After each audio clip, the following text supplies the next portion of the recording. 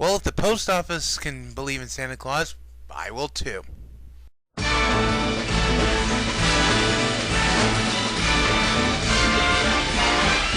It's the most wonderful time of the year, with the kids jingle belling and everyone telling you be of good cheer.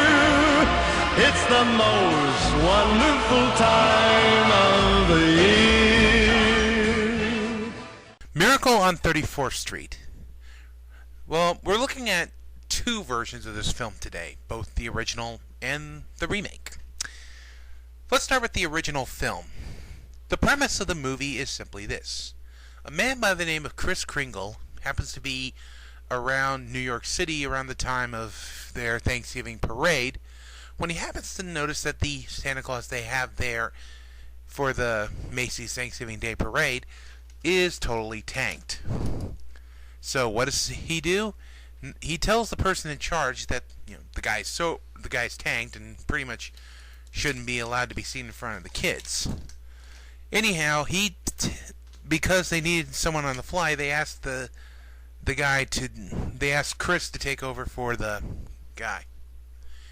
Anyhow, as a way of saying thank you, they basically put him on a payroll and make him the Santa Claus in the Macy's store for the Christmas season.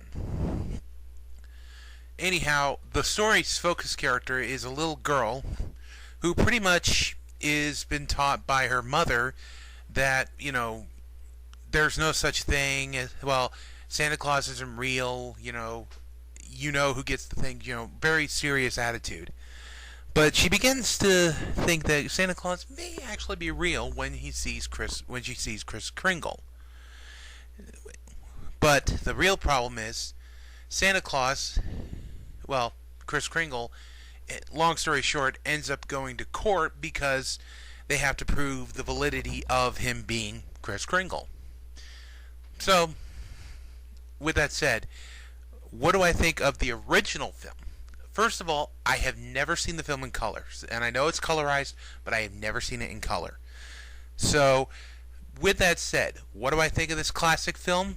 It's a classic. I mean, everyone's probably seen it, more likely seen the remake. Oh, I'm going to get to the remake. Just give me a minute. But yeah, pretty much, I like it. I love the way it ends. And if you have young kids who've never seen the original film, I say give it a watch because it's kind of an interesting and very good, solid classic. Now, with that said, I said this is a two-part thing with part 1 and part 2, but we're going to combine it into one episode. So, let's look at the 90s version.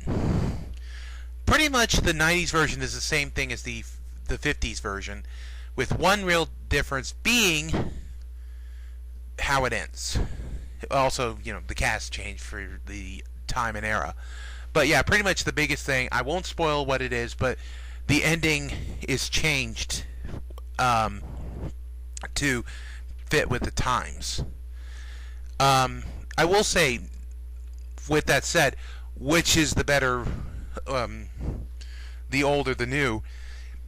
The old one is a classic. I mean, it's good. But for people who grew up in the 90s and didn't know about the original, the newer one's pretty good too. Both casts are great. Both movies are good. And really, that's all I can say about the Miracle on 34th Street movies in general. So join me tomorrow as we take a look at this year's bad movie.